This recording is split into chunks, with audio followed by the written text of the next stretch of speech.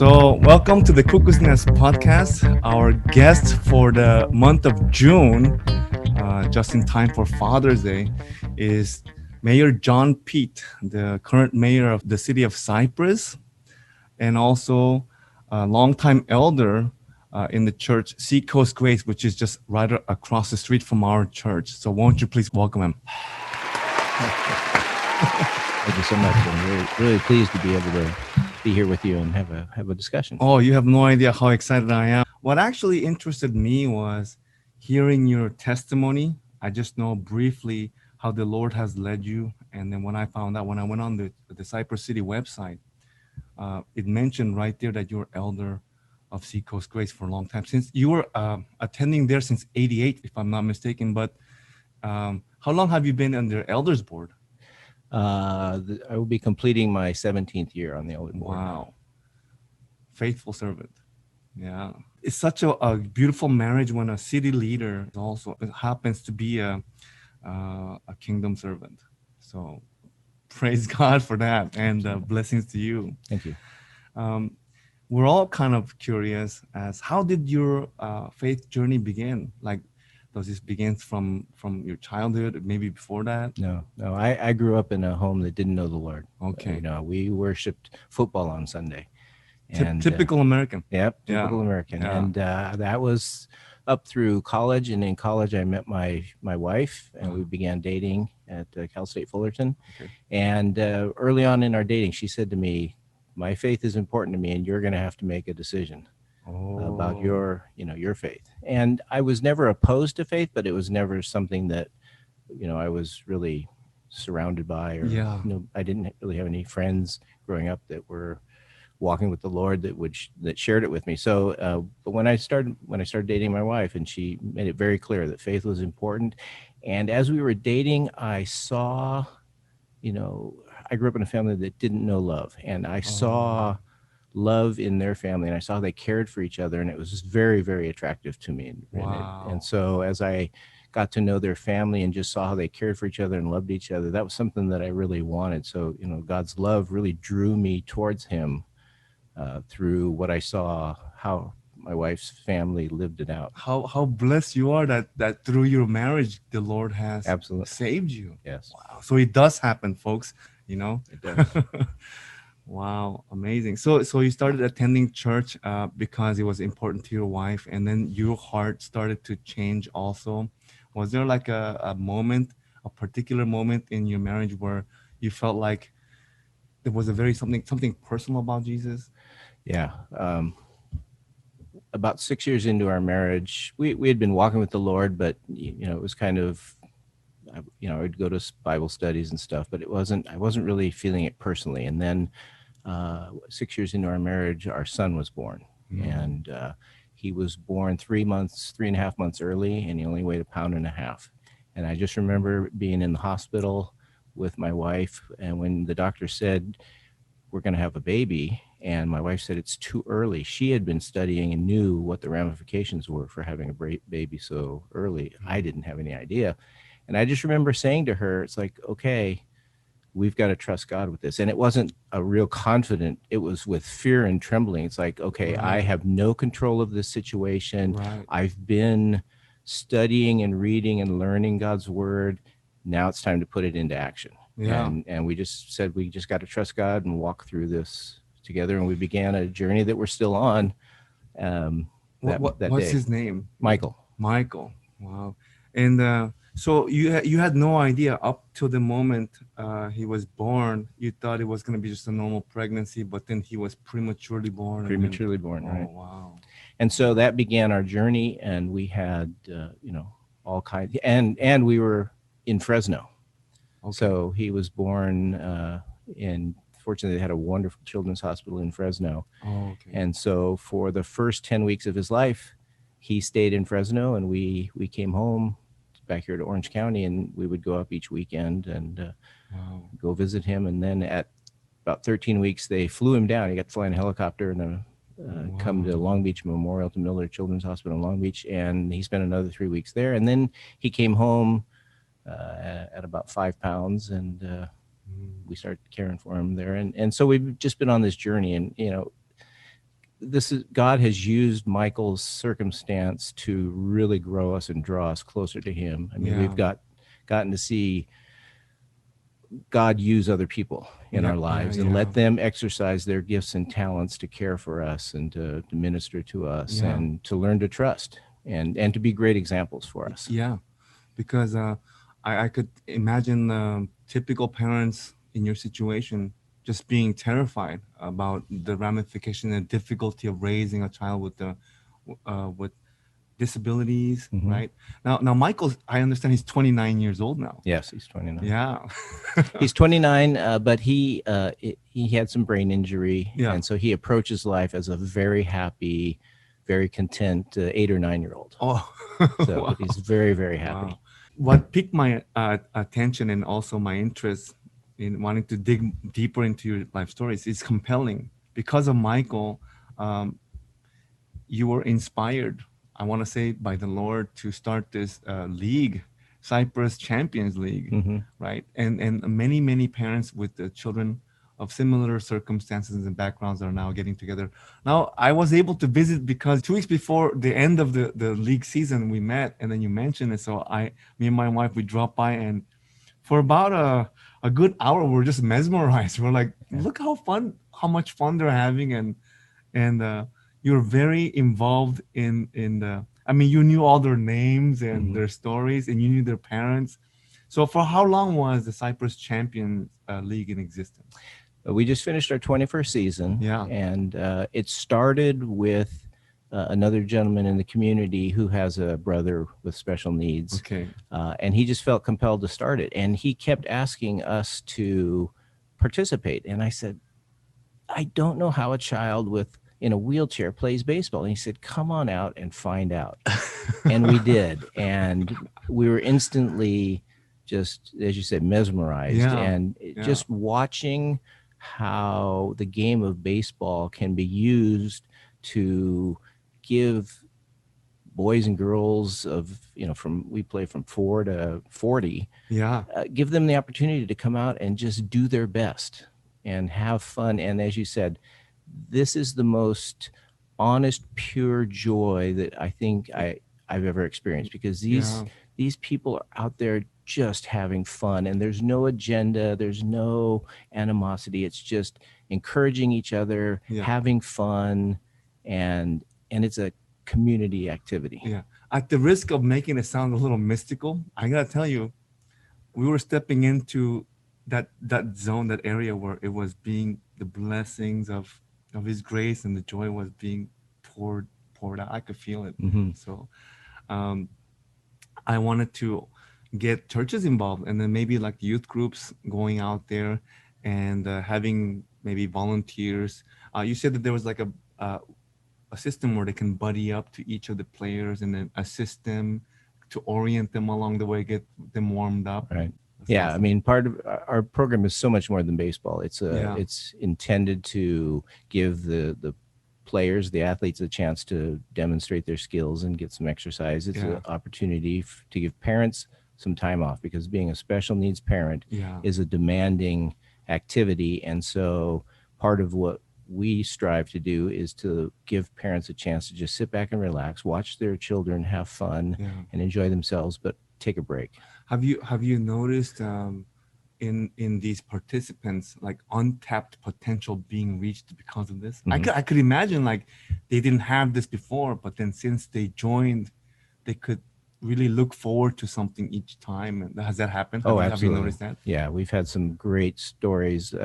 One of my favorites is a young man named Mark Wolfer, and he started with us, and he did not want to participate. Oh, okay. And it took time. He would come and sit in the stands and watch, and then he would go sit on the bench and watch, and then he would go on the field but wouldn't play. And then finally he started playing, and now he is a spectacular athlete Yeah. participating in Special Olympics. And Wow. yeah, he is just gone wild. And it all started because we were able to get him to break through his opposition and his fear. Yeah. And now he's just, going great guns. I mean, this is definitely your ministry that God has entrusted you with. Have you had a chance to make it more popular by maybe speaking at churches? Did you ever get a time from like local surrounding communities where you were able to voice this and let it be known, like I, publicize it? I share this with everybody. Yeah. Okay, yeah, Yeah. yeah, That's one of the things people around the community know me for baseball. And it happened just the other day. yeah. We were sitting in a restaurant and somebody came up to me and said, "Hey, my son got to be a buddy in the baseball program. And I just want to thank you for all Yeah. that time and energy." And that's so rewarding. And, we don't do it for that. We do it to give the families and kids an opportunity Yeah. and to let God be glorified Yeah, yeah, through the activity. yeah, But yeah, you were talking about the buddy program, and that's an opportunity for the community to get involved. We've invited church groups, youth sports teams and stuff to come out and participate with our players on the field, as you yeah, mentioned, helping them to get warmed up when they're out in the field, fielding the ball appropriately, knowing where yeah, to throw it, or when they're at bat, helping them hit and run the bases. But it's really about them building relationships with the buddies and the players, and yeah, so that when yeah. they see each other in the community, they might run across somebody in a grocery store or at a restaurant or Right, something. right. Now they've got a connection, and it really helps build community. It makes our families and our players really feel more part of the community, because now they've got a connection with another family and Yeah. somebody in the community. To be known is the first step. Absolutely. To know others and to be known by others is really the first step of really stepping into community and belonging. Hmm. You know. Now, I can certainly imagine that with this passion that you have for the league and involving other parents with the similar children's situations. Um, Now, how did your leadership at the city level, how did that start? Did you start with city council? How did it begin? Well, it was interesting. The person who started the baseball program was also a person who was on the city council, Okay, and so he stepped away from the baseball program. He got it up and running, and, okay. and we're a really good team. He's good at the ideas and Oh, and the fundraising, and I'm good at the hands-on operations. So that's oh, how we okay. got going. And just as we worked together, he saw me. We talked, and we had similar interests, and he just asked me if I would be interested in city council. And I've always had an interest in politics. I've Yeah, always been engaged, staying up on issues and stuff like that. So when yeah. the opportunity came along, I said, yeah, I'd like to do that. I don't know if you know this, but I'm not sure. We have to confirm this. I think you're neighbors to one of our ordained deacons, one of the leadership of our church. You live right by the. Okay. Yeah. So, um, how how has your faith been central to your leadership? Because I mean, I feel like it is like you don't propagandize any of it, but I know that in your presence there's something kind of impetus that the motivation is leading you. Could you share with us a little bit about that? Absolutely. Yeah, So I'll go back to our journey with Michael. yeah, And through yeah, that journey, we have just been so blessed and felt God's presence and seen him work in our lives, and yeah, seen his miracles happen, seen his love. And so it has just built our faith so strong that yeah, it just is central to who we are, my wife and I and our family. And yeah, so it is just the foundation upon which we do everything. And so as we moved into the city and the politics, um, I always draw upon my faith and the principles and the foundations of faith yeah. in the actions and the decisions that we take and the decisions we make. Going back a little bit, you mentioned that there are so many miracles that God has shown you through Michael. Are there any examples that you would be able to kind of off the top of your head share? Yeah, well, first of all, Michael was not supposed to live past day 2. And Okay. so the Prognosis was not good. yeah, and so the Okay. doctor called me. My wife was still in the hospital. Called me and said, "You need to get over here. We need to try an experimental process to Okay. save your son." Would you care to share what that process was? I couldn't recall what it was. I just know that they did a surgical process, and okay. and Michael's, I say we have 29 years of bonus time, because he wasn't supposed to be with us after day 2. Wow. And then we had a very powerful encounter at a local restaurant where my wife and I were sitting in a booth having dinner. Michael was just being a terror. He was about 5 or 6 years old, being a terror. And we were sitting there at our wits' end. We said, we don't know if we're doing the right thing. We don't know, Mm. because there's no manual of how to go through this. You just kind of, as a special needs parent, you just go through it. He was having a fit. He was in the booth with us, just having a fit, melting Okay. down. Okay. And Okay. it was a Friday evening, and we were Mm. exhausted from the week of work. Mm. And there was a lady sitting at a table, and she was reading a book, sitting by herself. And after we finished eating, she comes up to us and she said, "I just want you guys to know that you were doing a great job with Michael." Oh wow! Just And like a stranger. a stranger came up to us and said, "You're doing a Oh my great job gosh! with Michael." And we just said, "Wow." And we got in the car and we said, "God sent that person to us tonight because he knew we needed to hear a message of Yeah. encouragement." I mean, now that's like one of those stories where it it it reaffirms that these angelic messengers, they really are Absolutely. among our midst, and I can totally believe that God uses angels to give us messages wow. if we're just willing to receive, and Yeah. we're close to him. He will use angels to help us, and he did Wow. that night. And I point to that as such a special time because I only know of one other person who has had a similar experience. Okay. And so that is just Wow. such a blessing in our life that I feel so blessed that God chose to come that close to us Mm. and help us out. How does Michael spend the majority of his time nowadays? Like, He's a pretty high functioning yeah. person. He pre-COVID, he went to an adult day program, and Okay. we're very excited that he will resume that on June 21st. He'll Okay. resume his program. But he's a very social person, very verbal. He loves going to, participating and engaging with other people. So Monday through Friday, he goes to an adult day program. Okay. Like, they pick him up at about 8 o'clock and he comes home about 3. And then we've been just so blessed with a group of young adults, Christian young adults, men and women that love Michael, and they come over and they just engage with him. They play games. They do These stuff. these are folks from Seacoast Grace. Some from Seacoast, Oh, yeah. okay. Some from the neighborhood. Oh, so they just kind of spend time with them, and that's Yeah, nice. they hang out. They play games. They'll go over to get a cup of coffee and sit and talk. Wow. But it's a chance for him to be an adult, or to have a relationship that's apart from mom and dad, which is Yeah. really important for him. Yeah.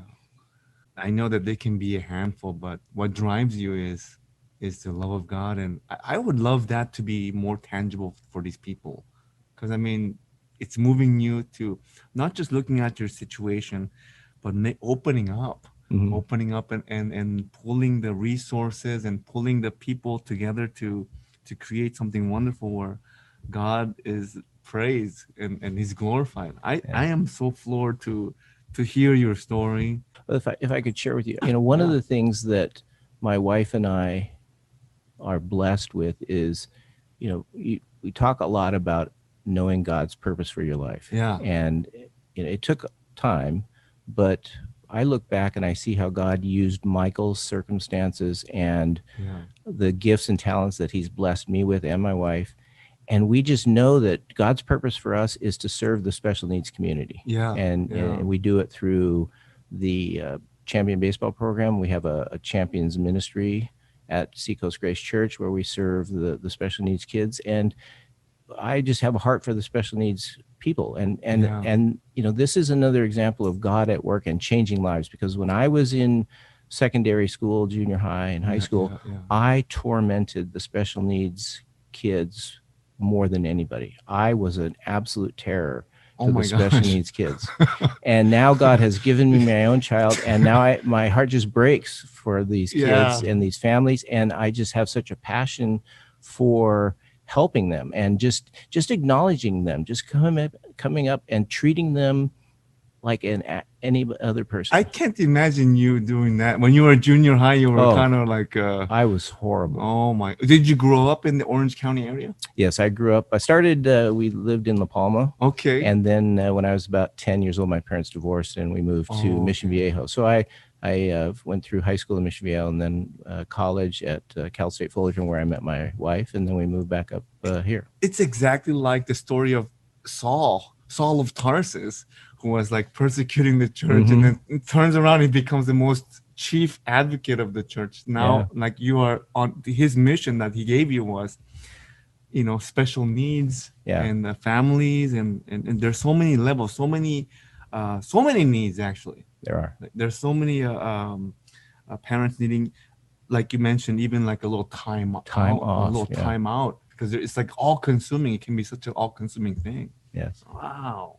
Yeah. So I just, my wife and I are so blessed that some people struggle to know what is God's purpose for their life. And Yeah. we are so blessed just to say, this is our purpose. We know what God has us for us, Yeah. and we are receptive. We're always looking for opportunities. And so Yeah. it's just been a real blessing for us. It's clearly the spiritual resources that you're receiving it clearly outweighs the challenges. But if we're to speak a little bit about the reality, like what are some like difficult spots? I mean, I don't mean to belabor the obvious, but Mhm. like from your personal experience, what have been some really difficult times when being a parent with Sure. special needs? Well, Michael had multiple challenges. I mean, he had some brain injury, so he has cerebral palsy. The biggest challenge we faced was he had seizures, Right. really You mentioned bad that. Yeah. grand mal seizures. Yeah. He had those for about 13 years.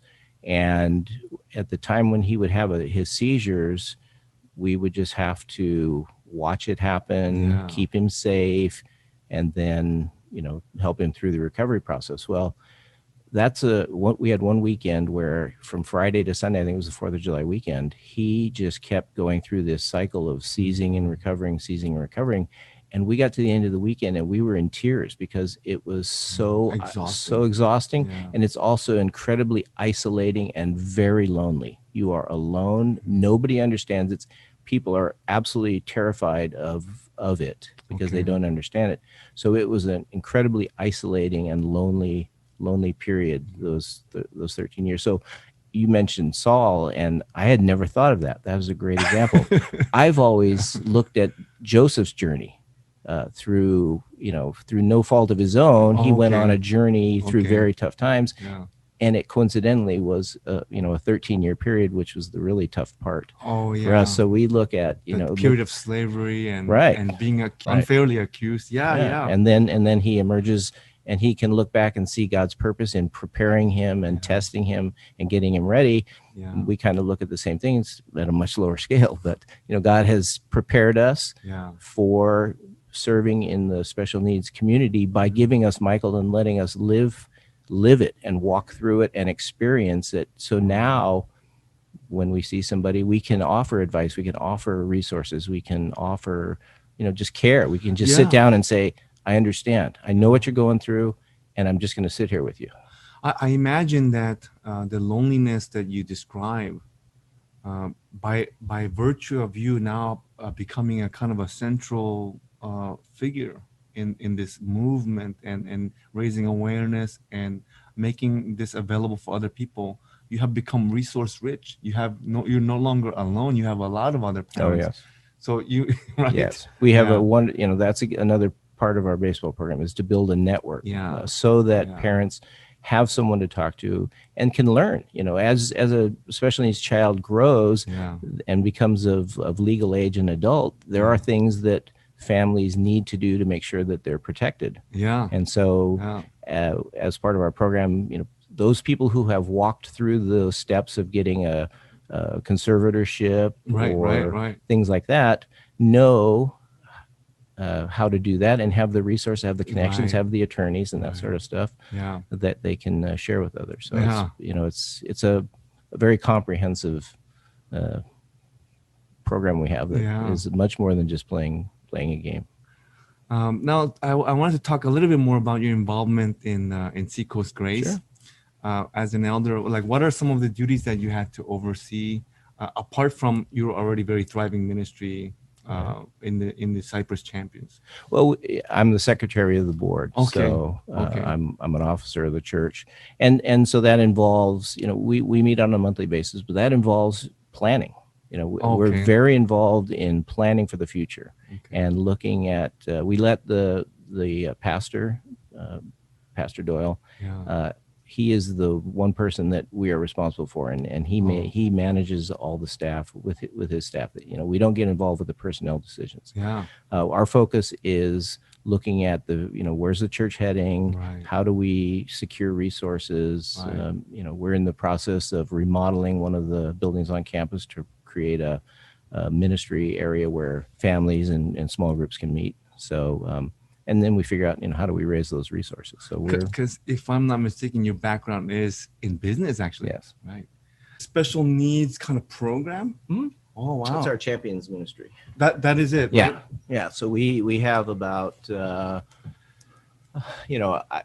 just restarting, but we have somewhere between 15 and 25 kids in ages like, 6 to, or 4 to, I think our oldest person's Michael, is probably 30. How about worship services? How does that work? Do they all gather together and worship together, or? It depends on. So we have the class time with them. There's not a formal worship during the class period. We do have we have a singing period. We have a verse that we study. We have a lesson that we teach, and then we have some free time with crafts and give them some free time to play games and just kind of socialize with each other. But like Michael goes to the main worship service with us, and he's able to sit and watch the normal service that we see. So as far as like his ordinary regular behavior nowadays is much more calm and relaxed. He's a lot more.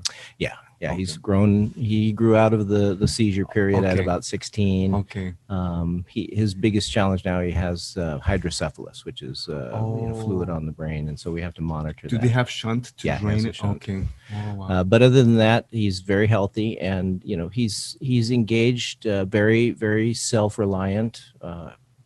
He can turn on the TV, the computer, turn on the Wii, play Wii. He's independent to a certain extent. We don't trust him yet in the kitchen with sharp things or fire, but he's very high functioning, and it's just different for us. You mentioned something interesting that like he's retired from the baseball. Yes. Yeah, he played for 19 years, and that's a long time. That's a long time. Yeah. And but better than most pros. Yeah, absolutely.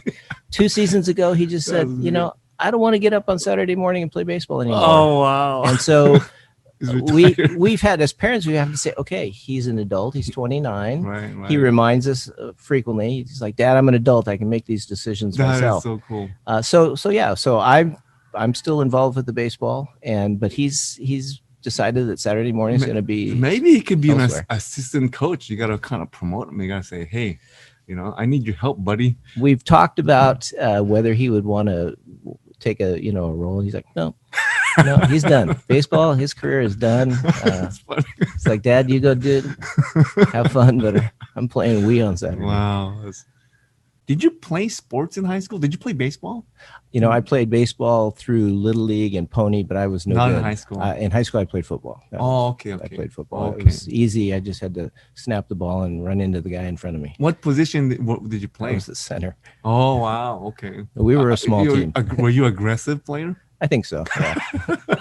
I can see that in you. I can see that. Actually, after our meeting, Pastor Daniel and I were going to have lunch with Mike McKay. Okay.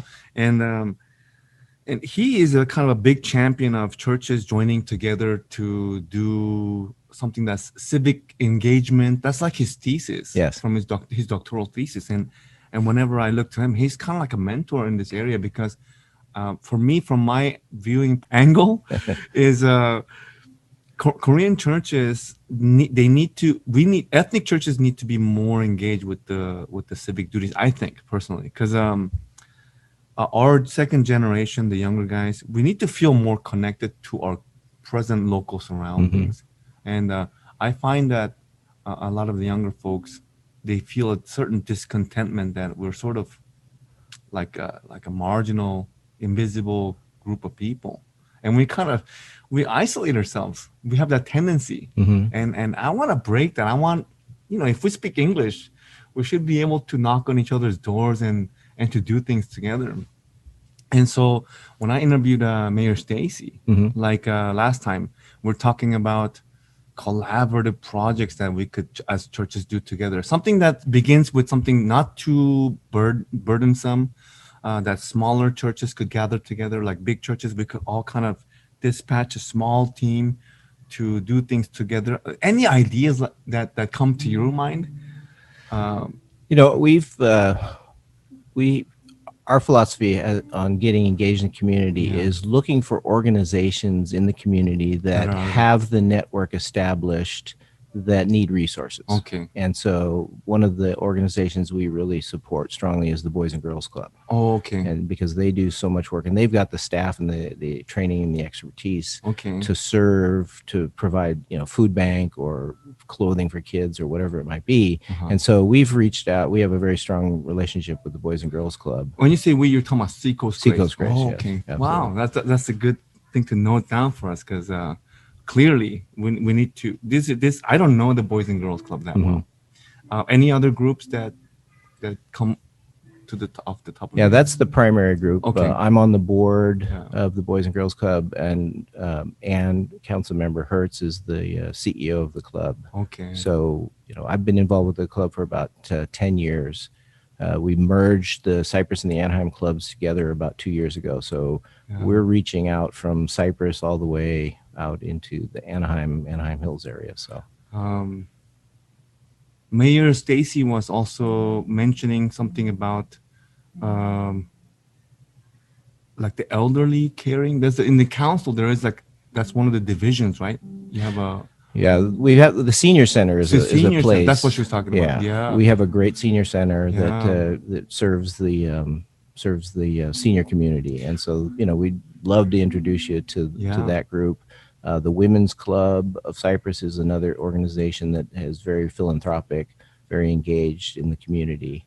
But I'd love to sit down and look at areas or ways that we could get involved. We have a number of events over the course of the year, and I'm sure there's opportunity we could invite you guys to come over and participate in things like our trunk or treat or events like that, where you could, we could get to know each other better and start breaking down some of those barriers. We had for our first meeting just last week for the mayor's prayer breakfast. Very excited and about that. We were talking about some of the themes that you were kind of wanting to introduce. You wanted to make it be about Jesus' love, the love of Jesus, how it has a uniting effect. Absolutely. So like a short slogan, "In Jesus' love unite," or something like that would be really apropos.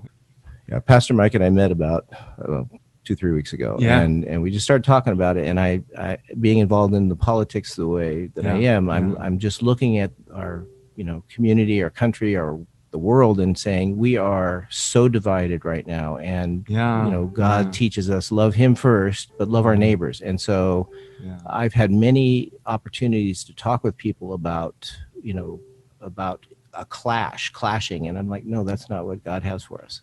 He wants us, He gives us this big instruction manual called the Bible that teaches us how to love other people, even people that hate us and don't like us. So I thought it would be a great opportunity to use the prayer breakfast to demonstrate God's love in the community, to bring us together and look at ways where the community is coming together and overcoming obstacles and overcoming differences.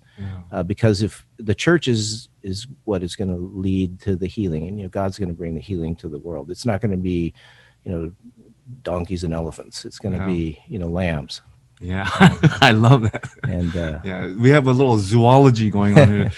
My personal testimony is I used to go to these things, mayor prayer breakfast, when I was a pastor in Downey too.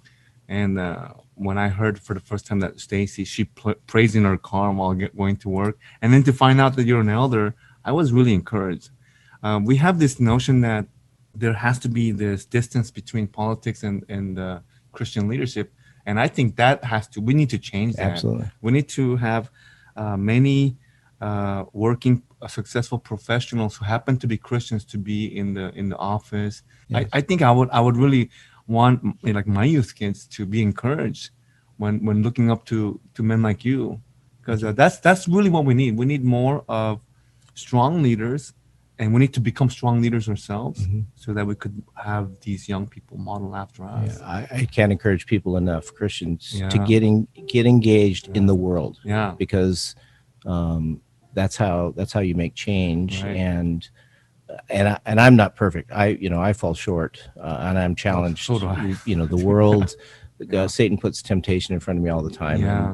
and the politics is very intoxicating because there's a lot of power and authority Sure. that comes with it, and so you have to really maintain a balance. But I would encourage people to get engaged in their local school boards and local politics and local organizations, because that's how God can work in the community to make change. Yeah. We can't sit back and watch things happen and complain about it, because Right. nothing's going to happen. Yeah. Things will happen. Things will change. Things will get better Yeah.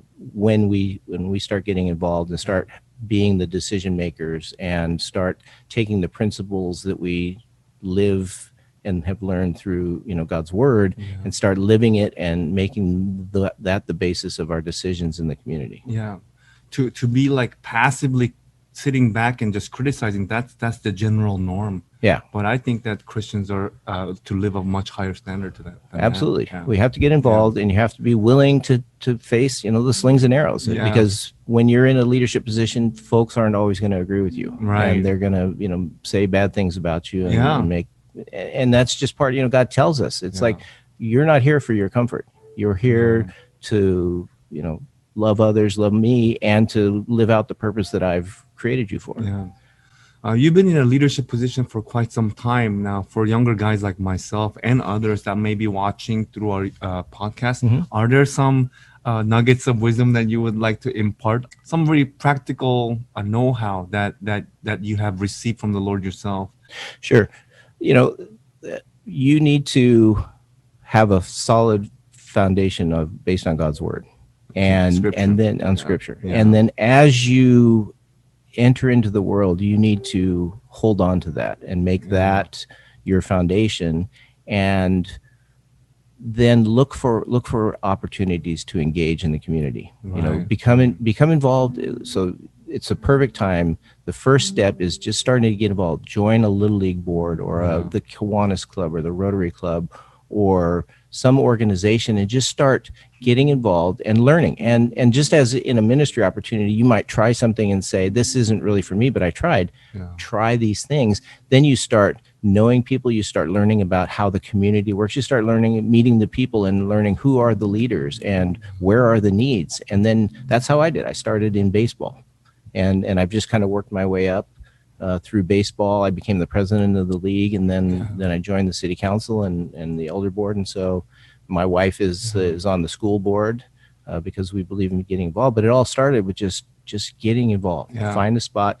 Never compromise your beliefs as you go through the activities and the events, because people will pull you.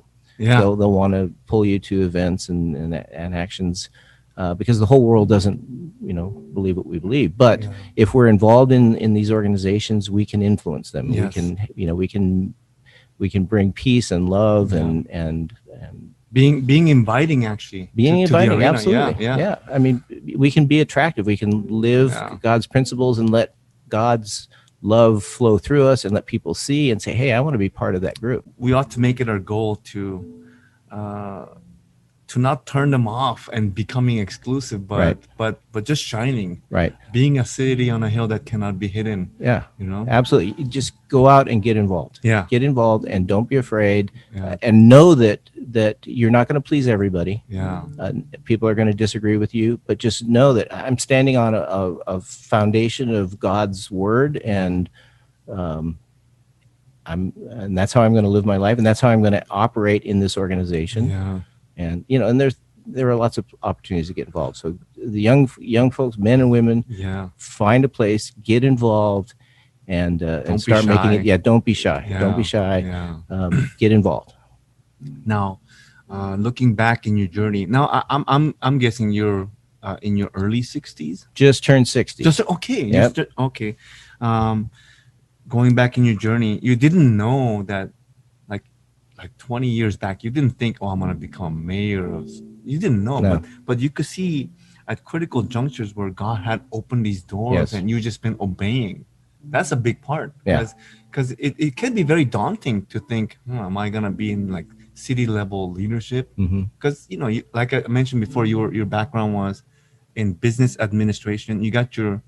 Uh, you got your BA in Fullerton, Right. and then I think you got your MBA in Cal State Long Beach, right? Right. Right. Yeah, all local. All local. Yeah, I'm a local product. yeah, Yeah, and I worked for Raytheon right. for For 30 30 years, years. Yeah, and I worked in business and strategic planning. yeah. So Wow, it was we all could learn a little bit more about that. I'm gonna pick your brain every time okay. I get a chance. I want to knock it into and say, Absolutely. "Please teach me." Some encouraging words. Right now, I just learned from Trevor Cooper over at the First Baptist that there had been some recent teenage suicides. Hmm. Have you heard about this? Yes. Man, I can't believe it. Like 13, 14-year-olds that was it the pandemic? Was there some other things going on? Definitely something spiritual that's going on. And I wanted to address this at the public level and just say something that's encouraging because we know that the tough times do come, Hmm. but they are in passing. They It's will not like pass. that forever. It will pass and brighter days come, especially coming from the fact that with faith Hmm. in Jesus Christ, the Lord of all things. Right. I would love to hear you speak some light into this city because you're given this amazing position to do that and also for fathers. I want you to say something for the fathers that may be struggling out there. Uh, give him a word of encouragement Yeah. from Mayor. I think that would really Okay. hit it. It's like the home run, hitting the ball out of the park. What do you think? Absolutely. Okay. Yeah. So for fathers, I Yeah. would just really encourage you to love your families. Just love your families. Yeah. Be the leader that they need. Yeah. The children need a person of a good example of strength and leadership Character. and character, Yeah. but also of caring and compassion. Yeah. And that is one of the greatest joys of my life, has been able to be a father and to be able to lead my son to the Lord, be the leader in my home, Yeah. and be a kind of the foundation of our home, standing on Sure. standing on Yeah. Jesus. Main pillar. But Yeah. and it's tough work. And so, Yeah. as fathers go through life, as job and all the pressure of job and family, and, Juggling everything. juggling everything, Yeah. and trying to get involved. Yeah. Just stay strong in your faith, Yeah. and don't take on too much. Realize there are phases of life. There are phases where you're newly married and you're just getting started. Yeah. Then you have your children, and then when your children are grown or getting through school, that's more opportunity to Yeah. get involved. And so,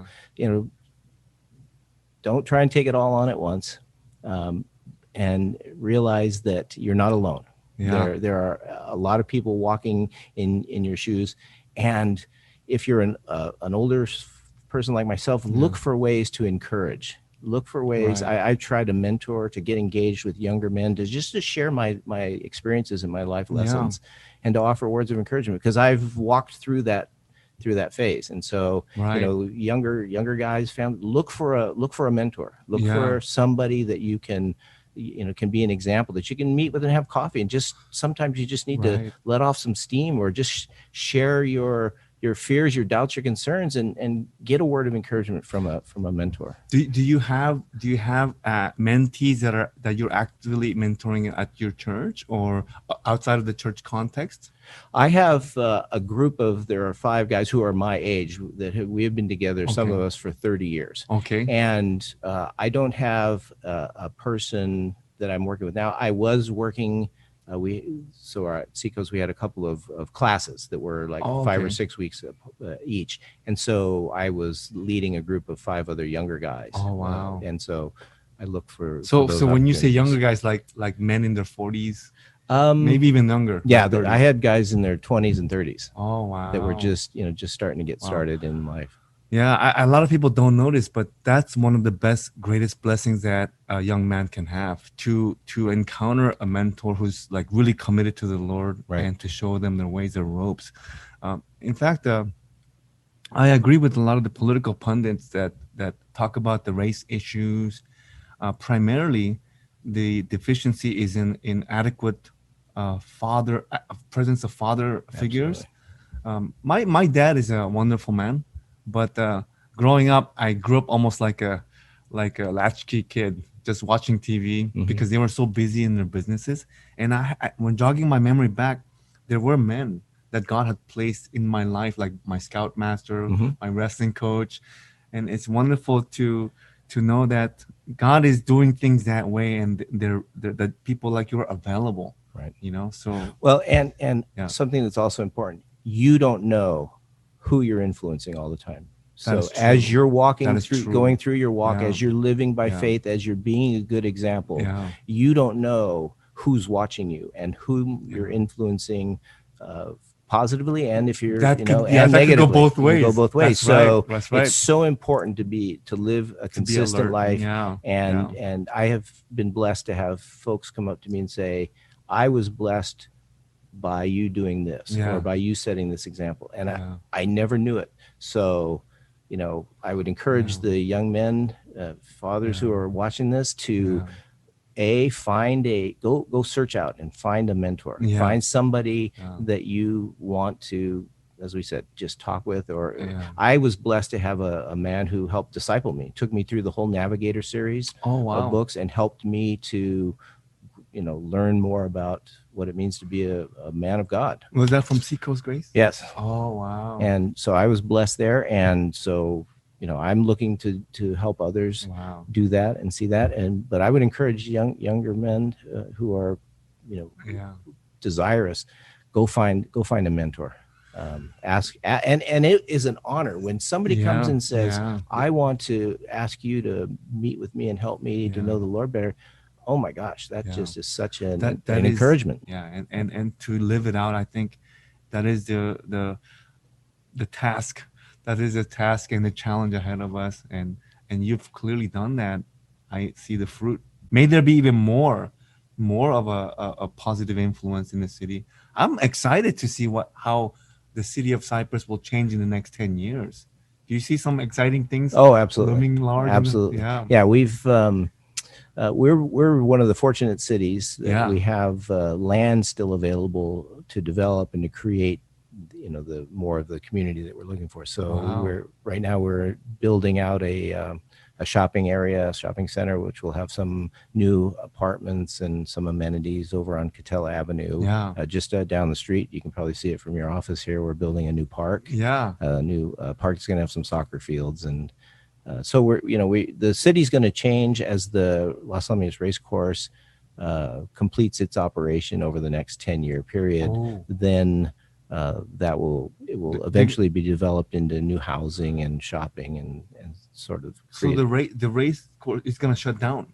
Eventually, the Oh, Dr. okay. Allred, who is the owner, Oh, when he decides that it's no longer oh. something he wishes to do. Has it been profitable or is not so profitable? The horse racing industry is very challenged right now. Oh, okay. So it's barely surviving, and Oh, okay. it's a sport that there's pressure on it from animal rights activists and Oh, stuff like that, wow. to I didn't know stop. that. Yeah, it's under a Oh, lot of pressure. So, Dr. Allred has been a great member of the community, very generous to the community, a great partner with the city.